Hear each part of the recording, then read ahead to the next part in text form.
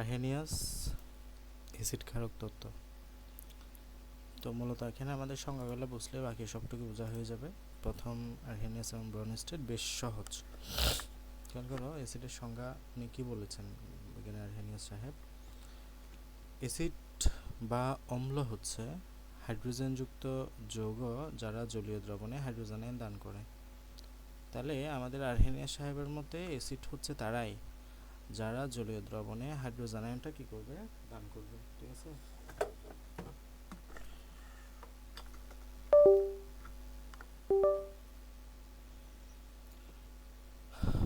তো আমরা যারা হাইড্রোজেন আয়ন দান করবে আলটিমেটলি তাদের মধ্যে হাইড্রোজেন আয়ন তো থাকতে হবে। এক কথায় যাদের মধ্যে হাইড্রোজেন আয়নটা থাকবে এবং যারা জলীয় দ্রবণে এটা দান করার ক্ষমতা রাখবে তারাই হচ্ছে অ্যাসিড আর্হেনিয়াসের মতো আর কি। ওই হিসেবে আর্হেনিয়াস অ্যাসিড আমরা কী কী পেতে পারি, এই যে এখানে অনেকগুলো অ্যাসিডের উদাহরণ দেওয়া আছে। HCl একটা অ্যাসিড, কারণ এখানে হাইড্রোজেন আছে, এটা দান করতে পারে, সে জলীয় দ্রবণে হাইড্রোজেন দান করতে পারতেছে। সালফিউরিক অ্যাসিড একটা অ্যাসিড। CH3COOH এটা একটা অ্যাসিড। ওকে। উনি ক্ষারকের সংজ্ঞা কী দেন? ক্ষারক হচ্ছে সে সকল যৌগ যারা জলীয় দ্রবণে হাইড্রোক্সিল আয়ন দান করে। তাহলে যারা জলীয় দ্রবণে হাইড্রোক্সিল আয়ন দান করবে তারা হচ্ছে ক্ষারক। এটা হচ্ছে আমাদের আর্হেনিয়াস সাহেবের মতে সংজ্ঞা। ওকে। তো সোডিয়াম হাইড্রোক্সাইড এবং পানি বিক্রিয়া করে হাইড্রোক্সিল আয়ন দান করতেছে, সেমভাবে এখানে হাইড্রোক্সিল আয়ন থাকলে এটা দান করতেছে, সুতরাং তারা হচ্ছে ক্ষারক এক কথায়। তাহলে একদম সামারি হলো আর্হেনিয়াস অ্যাসিড কারা যারা হাইড্রোজেন আয়ন দান করবে, আর্হেনিয়াস ক্ষারক কারা যারা হাইড্রোক্সিল আয়ন দান করবে। ওকে। তাহলে এতটুকু আশা করি বুঝছো। এরপরে আমরা ব্রনস্টেডের নিয়মে যাই। তাহলে এখানে আমাদের কিছু সীমাবদ্ধতা আছে আর্হেনিয়াসের মধ্যে, সীমাবদ্ধতাগুলো একটু পড়ে যায়, তাহলে বাকিগুলো সুবিধা হবে।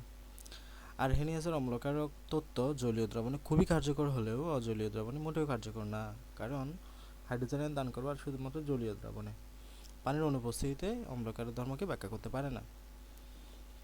তো আমরা জানি কপার সালফেট এটা একটা অ্যাসিড বা অম্লধর্মী, ferrous sulphate, zinc sulphate, aluminium chloride সবই অম্লধর্মী। কিন্তু আমাদের এই আর্হেনিয়াসের মতে এগুলো কেউই অ্যাসিডের ধর্মের মধ্যে পড়ে না আর্হেনিয়াস সাহেবের তথ্য মতে, কারণ ওনার শর্ত হচ্ছে যে হাইড্রোজেন আয়ন দান করতে হবে জলীয় দ্রবণে। তো এগুলো তো হাইড্রোজেন আয়ন নাই, সুতরাং এরা দান করবে কোত্থেকে? কিন্তু প্রকৃতপক্ষে আমরা দেখি এগুলো কিন্তু অ্যাসিডীয়, মানে অম্লধর্মী হয়। সো এই জায়গাটাতে ওনার একটা সীমাবদ্ধতা আমরা পেয়েছি। এরপরে সোডিয়াম কার্বনেট একটা কি তোমার ক্ষার, ঠিক আছে, ক্ষারধর্মী লবণ। কিন্তু আর্হেনিয়াসের মধ্যে আমরা পড়েছি ক্ষার হলো তারা যারা জলীয় দ্রবণে হাইড্রোক্সিল আয়ন দান করবে। এটা তো হাইড্রোক্সিল আয়নই নাই, সুতরাং দান করবে কোত্থেকে? সো উনি এই জায়গায়ও আমাদের ওনার তথ্যটা আমাদের ব্যথয় ঘটে যে উনি এগুলোকে অ্যাসিড বা ক্ষারের আওতায় নিয়ে আসতে পারেন নাই, যদিও এগুলো অ্যাসিড বা ক্ষারক। গ্যাসীয় অবস্থায় কোনো যৌগের অম্ল বা ক্ষারকের ধর্ম আর্হেনিয়াস তত্ত্ব ব্যাখ্যা করতে অসমর্থ হয়। এই যে আমাদের অ্যামোনিয়া ক্ষারক, এটা গ্যাসীয় অবস্থায় যে এটা ক্ষারক বা গ্যাসীয় অবস্থায় HCl, এগুলোর ব্যাখ্যা উনি আসলে দিতে পারে না। ওকে। হাইড্রোক্সিল মূলকযুক্ত যৌগগুলোকে ক্ষারক বলা হয়েছে উনি বলেছেন আর কি, কিন্তু ধাতব যৌগে ক্যালসিয়াম অক্সাইড, অ্যামোনিয়া ইত্যাদি সবই ক্ষারক। কিন্তু অ্যামোনিয়াতে তো হাইড্রোক্সিল আয়নই নাই, তাহলে সেটা কেন ক্ষারক উনি এটার ব্যাখ্যা দেন নাই। ক্যালসিয়াম অক্সাইডের মধ্যে হাইড্রোক্সিল আয়নই নাই, তাহলে এটাকে তারপরেও কেন ক্ষারক এটা উনি এটার ব্যাখ্যা দেন নাই। সো এগুলো হচ্ছে ওনার সীমাবদ্ধতা। ওকে। আমরা আস্তে আস্তে ব্রনস্টেড লাউরি পড়ি। এখন ব্রনস্টেড লাউরি মূলত আমাদের এই আমাদের এখানে আর্হেনিয়াস সাহেবের কথাটাকে একটু ঘোরায় বলছে জাস্ট। দেখো এটা হচ্ছে হাইড্রোজেন। হাইড্রোজেন থেকে যখন আমরা হাইড্রোজেন কি থাকে, একটা প্রোটন থাকে একটা ইলেকট্রন থাকে। একটা ইলেকট্রন যখন বের করে নেওয়া হয় তখন তাকে আমরা বলি হাইড্রোজেন প্লাস, তার মানে এখানে একটা শুধু প্রোটন থাকে। তো এই জন্য হাইড্রোজেন প্লাসের অপর নাম হলো শুধু প্রোটন। হাইড্রোজেন প্লাসের অপর নাম কি? হাইড্রোজেন প্লাসের অপর নাম হচ্ছে যে প্রোটন।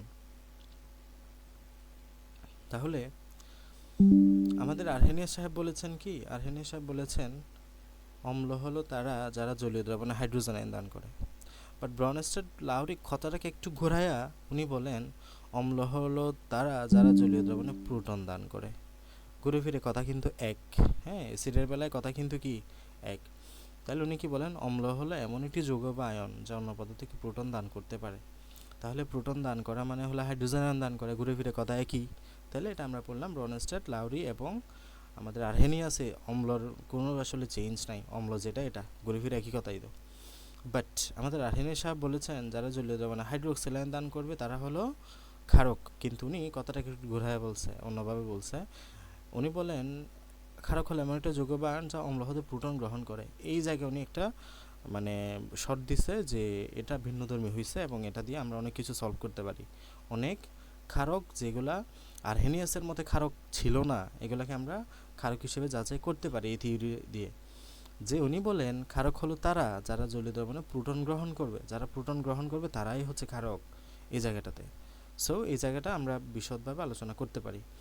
তো আমাদের অ্যামোনিয়া যে সমস্যাটা ছিল, এই অ্যামোনিয়া নিয়ে কিন্তু আমরা আর্হেনিয়াসের মতো এটাকে ক্ষারক বলতে পারি না, কিন্তু ব্রনস্টেড লাউরির মতো এটাকে আমরা ক্ষারক বলতে পারি। কেন?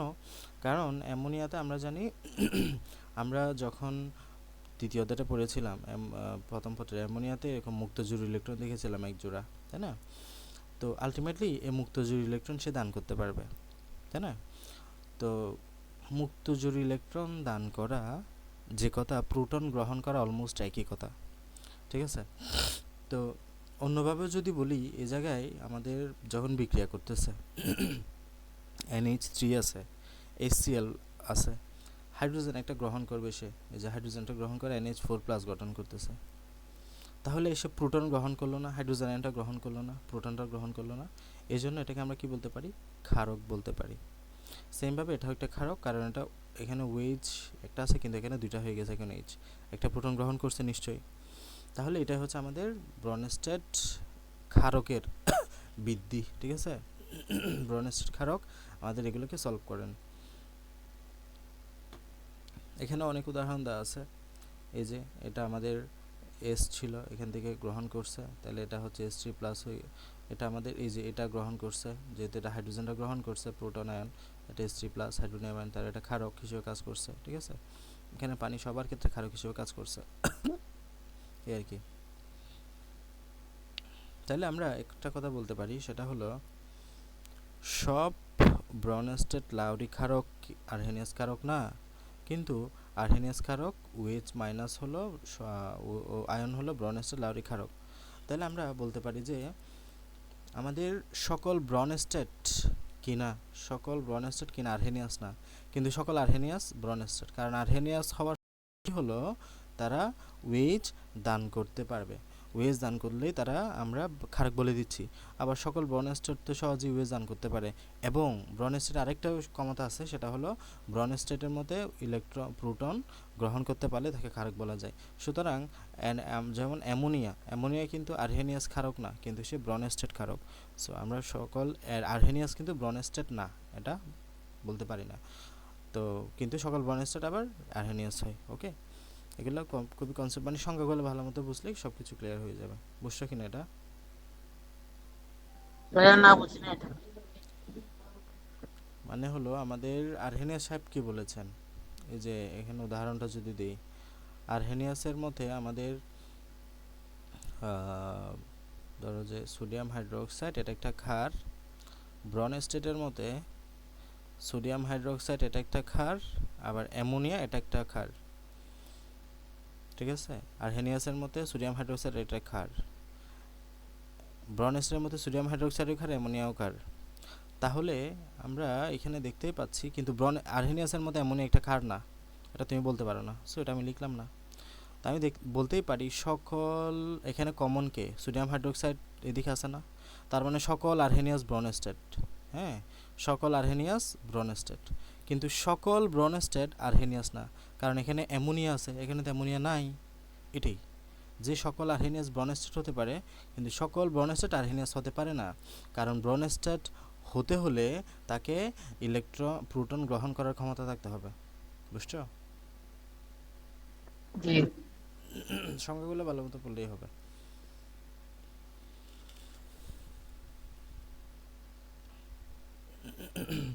অ্যাম্পেটেরিক যৌগ বলে এখানে একটা কথা আছে, সেটা হলো আমরা এখানে দেখতে পাচ্ছি HCl এর সাথে পানির বিক্রিয়া হচ্ছে, এবং আমাদের এখানে পানির হাইড্রোজেনটা পানির একটা প্রোটন গ্রহণ করছে।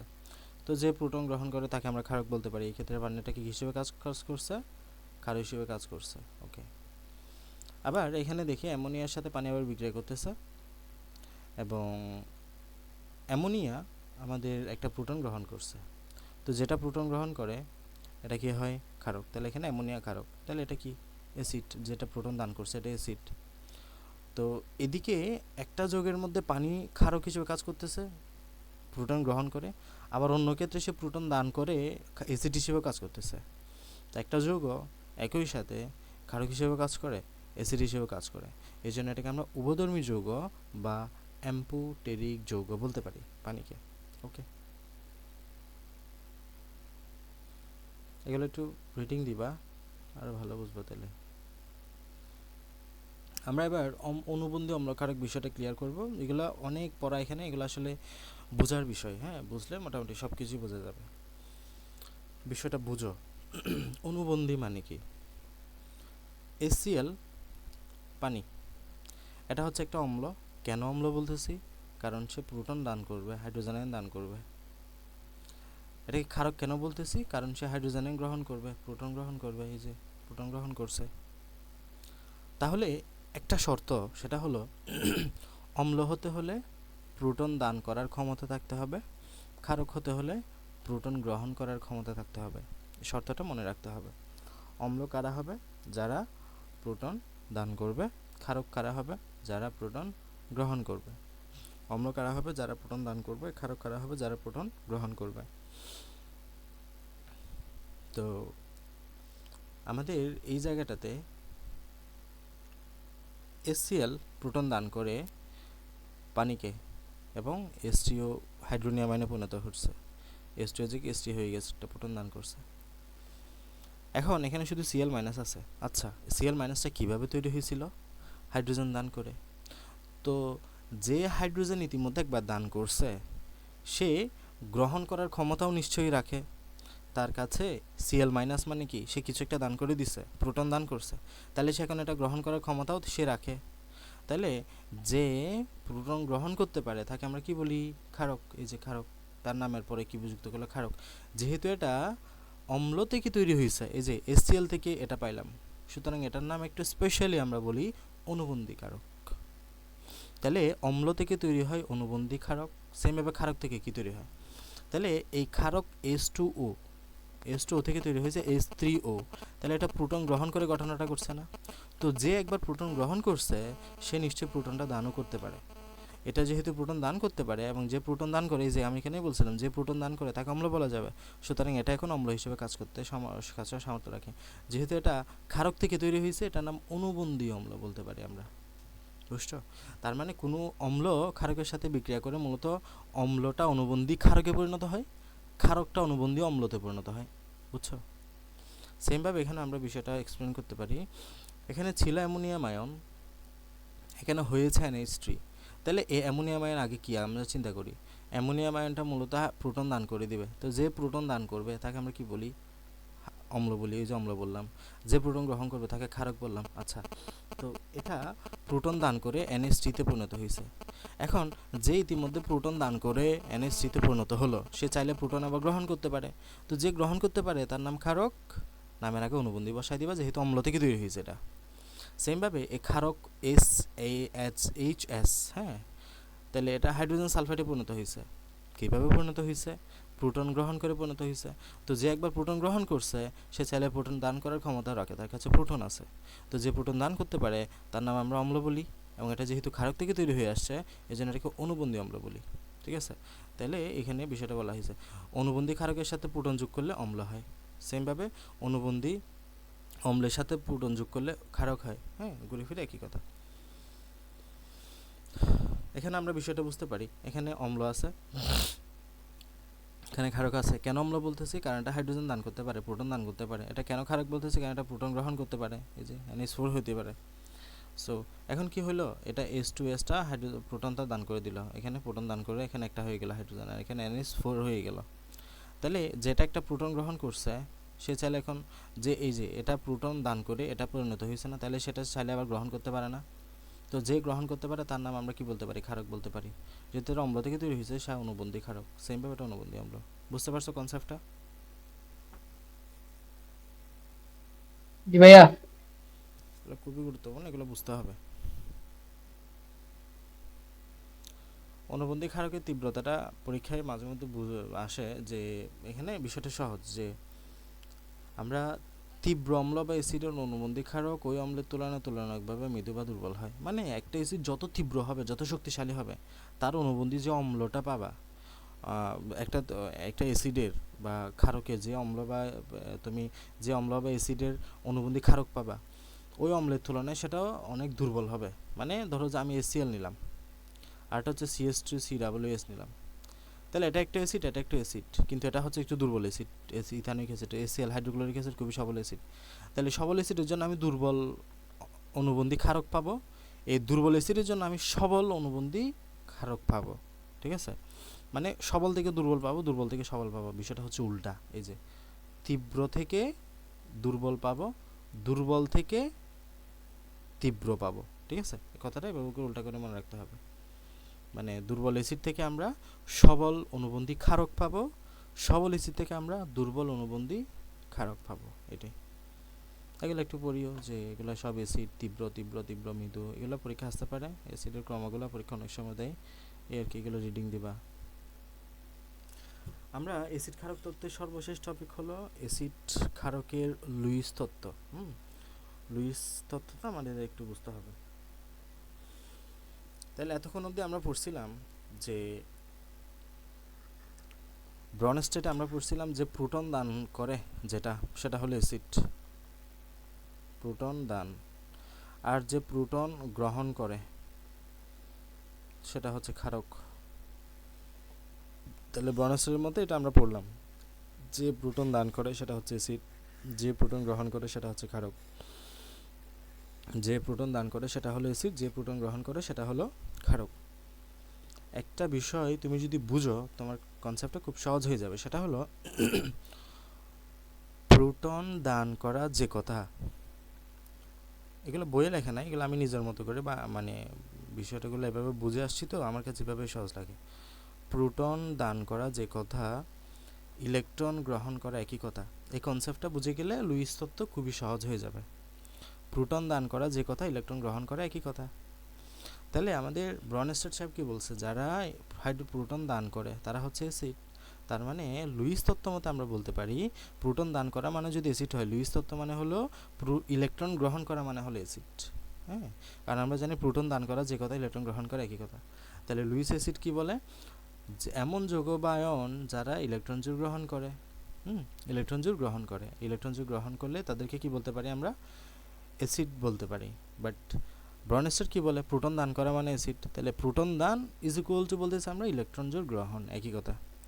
সেমভাবে আমরা ইলেকট্রন জোড় গ্রহণ করাকে ক্ষারক বলতেছিলাম, প্রোটন গ্রহণ করাকে ক্ষারক বলতেছিলাম ব্রনস্টেডে। তাহলে এখানে প্রোটন গ্রহণ করা যদি ক্ষারক হয়, তাহলে ইলেকট্রন দান করাটাকে আমরা ক্ষারক বলবো, উল্টা। তাহলে এখানে ইলেকট্রন জোড় দান করাটাকে আমরা কি হ্যাঁ, বলবো, বুঝি নাই। মানে আমাদের ব্রনস্টেডের মতে হলো প্রোটন দান করা মানে হলো অ্যাসিড। হ্যাঁ, প্রোটন দান করা মানে হলো অ্যাসিড। সুতরাং লুইসের মতে আমরা বলবো ইলেকট্রন গ্রহণ করা মানে অ্যাসিড, মানে উল্টা, ওইখানে দান এখানে গ্রহণ। তা আমি বিষয়টা এভাবে বলছি যে প্রোটন দান যে কথা, ইলেকট্রন গ্রহণ করা একই কথা। প্রোটন দান করা যে কথা, ইলেকট্রন গ্রহণ করা সেম কথা। তাহলে ব্রনস্টেডের মতে অ্যাসিড কারা, যারা প্রোটন দান করবে। সুতরাং লুইসের মতে যারা ইলেকট্রন গ্রহণ করবে তারা হচ্ছে অ্যাসিড। হ্যাঁ, এটাই। ওইখানে হচ্ছে প্রোটন দান, আমরা বলতেছি ইলেকট্রন গ্রহণ, কারণ প্রোটন দান যে কথা, ইলেকট্রন গ্রহণ একই কথা, তো কথাটা কথাটা একই। প্রোটন দান যে কথা, ইলেকট্রন গ্রহণ একই কথা। উনি বলছে যে প্রোটন যারা দান করবে তারা অ্যাসিড, আমরা বলবো ইলেকট্রন গ্রহণ যারা করবে তারা অ্যাসিড। এই যে একটি ইলেকট্রন জোর গ্রহণ করে যারা, তারা হলো অ্যাসিড। লুইস ক্ষারক খারা সেম, একটা ইলেকট্রন জোর দান করে তারা হলো লুইস ক্ষারক। হ্যাঁ, এটাই বুঝছো। সংজ্ঞা জি। 6টা পাশাপাশি লিখে লিখে বুঝে বুঝে পড়লে ক্লিয়ার হয়ে যাবে। সংজ্ঞা খুবই সহজ, হ্যাঁ, ওইগুলোর সাথে মিলায় মিলায় মনে রাখাটা একটু ইয়া। তাহলে লুইস অ্যাসিড হলো এমন যৌগ বা আয়ন যা ইলেকট্রন জোড় গ্রহণ করে, মানে যারা ইলেকট্রন জোড় গ্রহণ করবে তারাই হলো অ্যাসিড, আর যারা ইলেকট্রন জোড় দান করবে তারা হলো ক্ষারক। তাহলে এখানে বিষয়টা বোঝাটা খুবই সহজ। হ্যাঁ, ইলেকট্রন জোড় গ্রহণ করতে পারবে কারা, হ্যাঁ, এখান থেকে আমি ক্লিয়ার করে দিচ্ছি, দেখা মাত্রই চিনে যাবা এটা লুইস অ্যাসিড নাকি লুইস ক্ষারক বা নাকি অন্য কোনো অ্যাসিড। তো ইলেকট্রন জোড় কারা গ্রহণ করতে পারবে, যাদের গ্রহণ করার সামর্থ্য আছে। হ্যাঁ, তোমার বাসায় তুমি একজনকে পার্মানেন্টলি নিয়ে আসতে চাচ্ছ, ধরো বউ হতে পারে এটা বিয়ে করার মাধ্যমে, তাহলে তোমার বাসায় রাখার জায়গা নাই, তুমি কি ওই সময় বিয়ে করবা? না। যখনই জায়গা হবে, যখনই তোমার বাসা বাড়ি হবে, তখনই তুমি নিয়ে আসবা। তাহলে আমরা ইলেকট্রন জোড় কখন গ্রহণ করবে? যখন তার জায়গা থাকবে, অরবিটালের মধ্যে জায়গা থাকবে। তার মানে আমরা মনে রাখতে পারি যেসব অরবিটাল অপূর্ণ থাকবে, অষ্টক অপূর্ণ থাকবে, অষ্টক সংকোচন অবস্থায় থাকবে, তারা লুইস অ্যাসিড। উল্টাভাবে যদি আমি বলি, কথাটাকে আরও ডিপলি যদি বলি, কারণ ইলেকট্রন জোড় গ্রহণ করতে হলে তো ইলেকট্রন জোড়কে জায়গা দিতে হবে। সো আমরা এটাও বলতে পারি যাদের ইলেকট্রন গ্রহণ করার সামর্থ্য রয়েছে, জায়গা রয়েছে, তারাই হলো লুইস অ্যাসিড। ওকে। আর লুইস ক্ষারক কারা? যারা ইলেকট্রন জোড় দান করতে পারে। তো কারা ইলেকট্রন জোড় দান করবে? যাদের ইলেকট্রন জোড় রয়েছে। হ্যাঁ, তো ইলেকট্রন জোড় দান করার জন্য তো আমাদের ইলেকট্রন জোড়টা থাকতে হবে, তাই না? কারো ইলেকট্রন জোড়টা থাকতে হবে। সো ওই ক্ষেত্রে আমরা অ্যামোনিয়া, যাদের মুক্ত জোড় ইলেকট্রন থাকবে, অ্যামোনিয়া এর দুইটা একটা ডট, তারপর পানি H2, এগুলোর মধ্যে মুক্ত জোড় ইলেকট্রন আছে না? সো এগুলো যেহেতু মুক্ত জোড় ইলেকট্রন আছে, এরা যেহেতু ইলেকট্রন দান করতে পারবে, সুতরাং এটা লুইস ক্ষারক, তাই না? তো যারা ইলেকট্রন জোড় গ্রহণ করতে পারবে, তারা ইলেকট্রন জোড় গ্রহণ করতে পারবে। কারা গ্রহণ করতে পারবে? যাদের ইলেকট্রন জোড়টা জায়গা দেওয়ার মতো জায়গা আছে। হ্যাঁ, যারা ইলেকট্রন জোড়টা জায়গা দিতে পারবে, তারাই হচ্ছে লুইস অ্যাসিড। আর ইলেকট্রন জোড় দান করতে পারবে কারা? যাদের দান করার মতো সামর্থ্য আছে, যেমন মুক্ত জোড় ইলেকট্রন যাদের আছে, অ্যামোনিয়া, পানি, এগুলো সবাই কি লুইস ক্ষারক। ওকে। এই যে এখানে লুইস ক্ষারক কি তাহলে? এই যে পানি, অ্যামোনিয়া, হাইড্রো, এগুলো সব বোঝা যাচ্ছে কিন্তু, কারণ এগুলো সব মুক্ত জোড় ইলেকট্রন আছে, এগুলোতে সব মুক্ত জোড় ইলেকট্রন আছে, এখানে সব মুক্ত জোড় ইলেকট্রন আছে এখানে। ঠিক আছে? সো এই জন্য সবাই কি লুইস ক্ষারক। ঠিক আছে? এগুলো বিক্রিয়াগুলো পড়বা, প্র্যাকটিস করবা, আস্তে আস্তে ক্লিয়ার হয়ে যাবে। বুঝছো এটা? জি। মোটামুটি কনসেপচুয়াল বিষয় বলে এতটুকু তো আমাদের শেষ। হ্যাঁ, তাহলে এসিড কারক তত্ত্ব মতে আমরা যে বিষয়গুলো পড়ছি, আমি যদি একটু রিক্যাপ করি, যে আরহেনিয়াস সাহেব কি বলেন? আরহেনিয়াস সাহেব বলেন যে যারা জলীয় দ্রবণে হাইড্রোজেন আয়ন দান করবে, হাইড্রোজেন আয়ন দান করবে, তারা হচ্ছে যে অ্যাসিড। আর উনি বলেন যে যারা হাইড্রোক্সিল আয়ন দান করবে, তারা হচ্ছে যে ক্ষারক। আর ব্রনেশ্বর লাউরি কি বলেন? ব্রনেশ্বর লাউরি বলেন যারা জলীয় দ্রবণে প্রোটন দান করবে, উনি হাইড্রোজেন আয়নটাকে নাম দেন কি প্রোটনে, ঘুরে ফিরে একই কথা, তারা হচ্ছে অ্যাসিড। আর যারা প্রোটন গ্রহণ করবে, তারা হচ্ছে যে ক্ষারক। আর আমাদের এখন যেটা বললাম, লুইস সাহেব বলেন যে যারা ইলেকট্রন জোড়, এখানে দান অ্যাসিডের ক্ষেত্রে, আর এখানে ইলেকট্রন জোড় গ্রহণ, কারণ প্রোটন দান যে কথা, ইলেকট্রন গ্রহণ একই কথা, তাহলে এখানে ইলেকট্রন গ্রহণ যারা করবে তারা অ্যাসিড, আর এখানে ইলেকট্রন দান করবে যারা, তারা হচ্ছে ক্ষারক। এই 3-4টা শব্দ মনে রাখতে পারলে সব কিছু ক্লিয়ার হয়ে যাবে। একটু বুঝে বুঝে পড়লেই হবে, একটার সাথে একটা রিলেটেড। এই যে আমি বললাম যে একটা যৌগ কখন তুমি সেটাকে লুইস ক্ষারক বলবা, লুইস অ্যাসিড বলবা, যখন সে ইলেকট্রন গ্রহণ করতে পারবে। তো ইলেকট্রন গ্রহণ করার জন্য তো জায়গা থাকতে হবে। এই যে অষ্টকপূর্ণ BF3, এখানে অষ্টকপূর্ণ আছে, এই যে BF3 2 4 6 অষ্টকপূর্ণ আছে না? সুতরাং এখানে অষ্টকপূর্ণ, চাইলে অষ্টকপূর্ণ করতে পারবে ইলেকট্রন নিয়ে। সো এটা একটা লুইস অ্যাসিড। হ্যাঁ, আর অ্যামোনিয়াতে তোমার মুক্ত ইলেকট্রন আছে, তাহলে এটা দান করতে পারবে, সুতরাং এটা লুইস ক্ষার, এটা লুইস অ্যাসিড। ওকে, কনসেপচুয়াল পড়াশোনা এতটুকু শেষ। এরপর আমাদের কিছু কথাবার্তা আছে, এগুলো একটু আমি বলে দিচ্ছি কী কী পড়বা। দাগানো লাইন সব পড়তে হবে। মিঠা পানির উৎসগুলো একটু পড়বা। মিঠা পানি কোথায় পাওয়া যায়? পৃথিবীর জলরাশি এত% সামুদ্রিক লবণাক্ত পানি, বাকিটুকু মিঠা পানি। এর মধ্যে উৎস কী কী আছে? হিমবাহ, ভূগর্ভস্থ পানি, বিভিন্ন হ্রদ, বায়ুতে বৃষ্টির রূপে আসা যে পানি, বিভিন্ন নদী। হ্যাঁ, এগুলো একটু পড়বা। ভূপৃষ্ঠের পানির উৎস কী কী? নদী, হিমবাহ ইত্যাদি ইত্যাদি থেকে আসে। ভূগর্ভস্থ পানি কী কী আছে? পাললিশ, এগুলো রিডিং দেবে আর কি, রিডিং করতে হবে। সারফেস ওয়াটারের বিশুদ্ধতার মান, আমরা যে পানিগুলো খাই এগুলো বিশুদ্ধতার মানদণ্ড কেমন, এগুলো নিয়ে আমাদের বেশ পড়াশোনা আছে। খড় পানি কাকে বলা হয়? খড় বা হার্ড ওয়াটার। যেসব মিঠা পানিতে তুমি দ্বিধনাত্মক ক্যাটায়ন, যেমন ক্যালসিয়াম, ম্যাগনেসিয়াম, আয়রন ইত্যাদি দ্রবীভূত থাকে, তাকে খড় পানি বা হার্ড ওয়াটার বলা হয়। এরপরে পানির খরতা। পানির খরতাটা দুই ধরনের, একটা হচ্ছে যে স্থায়ী খরতা, একটা হচ্ছে যে অস্থায়ী খরতা। স্থায়ী খরতা মানে হলো ক্যালসিয়াম, ম্যাগনেসিয়াম, আয়রনের ক্লোরাইড বা সালফেটের লবণটা দ্রবীভূত থাকা, এটা হচ্ছে যে স্থায়ী খরতা। আর অস্থায়ী খরতা মানে হলো বাইকার্বনের লবণ দ্রবীভূত থাকে, এই যে বাইকার্বন, তাহলে ক্লোরাইড সালফেট লবণ দ্রবীভূত থাকলে তাকে স্থায়ী খরতা বলা হয়, মেডিকেল 19-20 আসছে। আর বাইকার্বন লবণ দ্রবীভূত থাকলে অস্থায়ী খরতা বলা হয়, ডেন্টাল 21-22 আসছে। প্রতি বছর এখান থেকে কোয়েশ্চেন আসে। ওকে, গেল অস্থায়িকতাটা দূর করা, অস্থায়িকতাটা দূর করা যায় পানি ফুটিয়ে, হ্যাঁ, পানি ফুটিয়ে অস্থায়িকতাটা দূর করা যায়। আর স্থায়িকতা পানি ফুটিয়ে দূর করা যায় না। অস্থায়িকতা দূর করার জন্য আমাদের একটা পদ্ধতি অবলম্বন করতে হয়, সেটার নাম কি? পারমুটেড বা আয়ন এক্সচেঞ্জ পদ্ধতি। যে পারমুটেড বা আয়ন এক্সচেঞ্জ পদ্ধতি, এই পদ্ধতির মাধ্যমে দূর করা হয়। পানির ডিও কাকে বলে? বিশুদ্ধ পানির পিএইচ কত? 7। হ্যাঁ, জলজ পানির পুষ্টি তাপমাত্রা পানির পিএইচের সময় এত, তারপর জলজ পানির জন্য অনুকূল পিএইচ এত, এগুলো মনে রাখতে হবে আর কি। পানির ডিও, ডিজলভ অক্সিজেনের সংজ্ঞা কি? প্রতি লিটার নমুনা পানির অক্সিজেন সম্পৃক্তকরণে ওই পানিতে দ্রবীভূত অক্সিজেনের পরিমাণকে ওই পানির ডিও বলা হয়।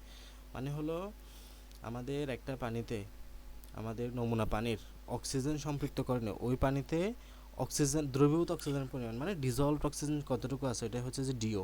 ঠিক আছে, এগুলো সংখ্যাগুলো মুখস্থ রাখতে হবে। তো 15 ডিগ্রি তাপমাত্রায় ডিও এর মান হলো 10 মিলিগ্রাম পার লিটার, 10 ppm। হ্যাঁ, পানিতে ডিও এর মান কীভাবে বের করা হয় এগুলো একটু জানতে, জাস্ট মনে রাখতে হবে কোথায় ডিও এর মান কত। বিওডি কাকে বলে? সংখ্যাটা মুখস্থ, এগুলো ছোটো মানে 9 10 পড়ছো। নির্দিষ্ট পরিমাণ প্রতি লিটার সারফেস ওয়াটারের নমুনায় থাকা বিশুদ্ধ দূষক জৈব বস্তুকে 20 ডিগ্রি তাপমাত্রায় 5 দিন যাবত এত জীবাণু দ্বারা বা ব্যাকটেরিয়া দ্বারা সম্পূর্ণ ডিগ্রেডেশন বা পচনশীল জৈব বস্তুকে বিশুদ্ধ করতে ওই পানির ডিও থেকে যেই পরিমাণ অক্সিজেন বেরোতে হবে ওটা হচ্ছে পানির বিওডি। একটু বড় সংজ্ঞা, একটু মুখস্থ করে নিও, পরীক্ষা আসে। বিওডির মানগুলো infinity star, very very very very very important. 1 থেকে 2 হলে খুবই ভালো, এরপরে 3 হলে মোটামুটি ভালো, 6 হলে বিওডি, 6-এর কম হলে বিওডি অনুমোদিত, 10-এর বেশি হলে দূষণ মাত্রা, হ্যাঁ, খুবই দূষণ বলতে হবে আর কি। এই যেখানে 4 দেওয়া আছে, এগুলো মেডিকেল আসে এখান থেকে। 1 থেকে 2 হলে খুবই ভালো, 3 হলে মোটামুটি ভালো, 6 হলে WHO অনুমোদিত, 10 হলে খুব দূষণ মাত্রা খারাপ, 20 হলে খুবই খারাপ। হ্যাঁ, মানে বিওডি এর মান এগুলো পড়তে হবে। বিওডি এবং ডিও এবং বিওডি কীভাবে বের করতে হয়? মলিকুলার অ্যারিথমেটিক পদ্ধতিতে এটাগুলো বের করা যায়। এরপরে পানি সিওডি কাকে বলে? প্রতি লিটার সারফেস ওয়াটারের নমুনায় থাকা বিশুদ্ধ জৈব দূষক পচনশীল জৈব বস্তু বা অপচনশীল জৈব যৌগকে জারিত করে এগুলো যে পরে এগুলো পড়বা, হ্যাঁ, যে পরিমাণ ডিও দরকার হয় তাকে সিওডি বলা হয়। পানি সিওডির মানটা মনে রাখতে হবে। পানি সিওডির ভ্যালু কত? এই যে আদর্শ পানি সিওডি ডব্লিউএইচও অনুমোদিত। এই চারটা খুব গুরুত্বপূর্ণ, হ্যাঁ, ডব্লিউএইচও অনুমোদিত। ডব্লিউএইচও বলে যে পিএইচ এর মান এত হতে হবে, ডিও এর মান এত হতে হবে, বিওডি এর মান এত হতে হবে, সিওডি এর মান এত হতে হবে, টিডিএস এত হতে হবে, ক্যালসিয়াম ম্যাগনেসিয়ামের পরিমাণ এতটুকু থাকতে হবে, সোডিয়াম ক্লোরাইড এতটুকু হতে হবে। এর কম বেশি, এর বেশি হলেই সমস্যা মূলত। ঠিক আছে, এই আর কি। এরপরে পানি দূষণ অনেকগুলো এখানে আছে, ইউট্রিফিক, এগুলো জাস্ট একবার রিডিং দিবা, যেগুলো দাগানো আছে সেগুলো সব পড়তে হবে না। আর্সেনিকের প্রভাব, আর্সেনিকের যে যৌগগুলো পাওয়া যায় এখানে কিছু যৌগের নাম বলা আছে, এগুলো একটু পড়ে নিও। নিকেল, নিকেল গ্ল্যান্স, অরপিমেন্ট, রিয়েলগার, হ্যাঁ, এগুলো একটু রিডিং দিও। আর্সেনিক হলো প্রাকৃতিক বিষের রাজা, এটা পরীক্ষা আসে। AS3 আর্সেনিক 3+, আর্সেনিক 5+ ইত্যাদি থাকে। আর্সেনিক 3+ হচ্ছে সবচেয়ে বেশি ক্ষতিকারক আর কি, মানে সবচেয়ে বেশি, এই যে বলছে আর্সেনিকের ত্রিযুজি বা জেজার যোজনী তিনটা সবচেয়ে বেশি বিষক্রিয়া ঘটায় পৃথিবীতে, আমাদের জীবজগতে। আর্সেনিকের জন্য আমাদের ডব্লিউএইচও অনুমোদিত মাত্রা কত? 0.05। মানব শরীরের সর্বোচ্চ সহনশীল মাত্রা হচ্ছে 0.01 হচ্ছে ডব্লিউএইচও অনুমোদিত। মানব শরীরের জন্য টিএলভি মানে থ্রেশহোল্ড লিমিটিং ভ্যালু হচ্ছে যে 0.05। আর্সেনিকের প্রভাবগুলো পড়বা, এই যে কী কী হয়, কী কী রোগ হয় আর্সেনিক হলে। অ্যাকিউট বিষক্রিয়া হয়, ক্রনিক বিষক্রিয়া হয়, ব্ল্যাক ফুট ডিজিজ হয়, ক্যারাটিনাইজেশন হয়, হ্যাঁ, এগুলো ট্রিটিং দিও। এখানে আরও অনেক পড়া আছে, এগুলোর প্রত্যেকগুলো বিষক্রিয়ার কারণে কী কী রোগ হয় এগুলো। খাদ্য শৃঙ্খলায় আর্সেনিকের দূষণ প্রভাব, ব্ল্যাক ফুট ডিজিজ, এখন যা বললাম আর কি, ফ্যাটি লিভার, গর্ভবতী মায়ের ভ্রূণে বৃদ্ধি ব্যাহত হওয়া, কার্সিনোজেন, ক্যান্সার সৃষ্টি হওয়া ইত্যাদি।